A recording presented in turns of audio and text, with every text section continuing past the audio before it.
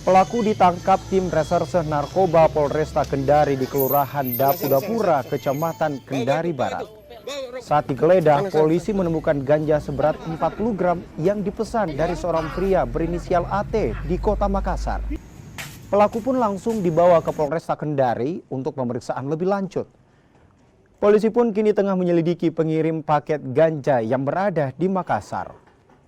Informasi tersebut, Satres Narkoba melakukan penyelidikan dan pada tanggal 21 November sekira pukul 10 WITA, Satres Narkoba melakukan penangkapan terhadap seorang laki-laki yang bernama BS, umur 28 tahun, pekerjaan swasta, ya.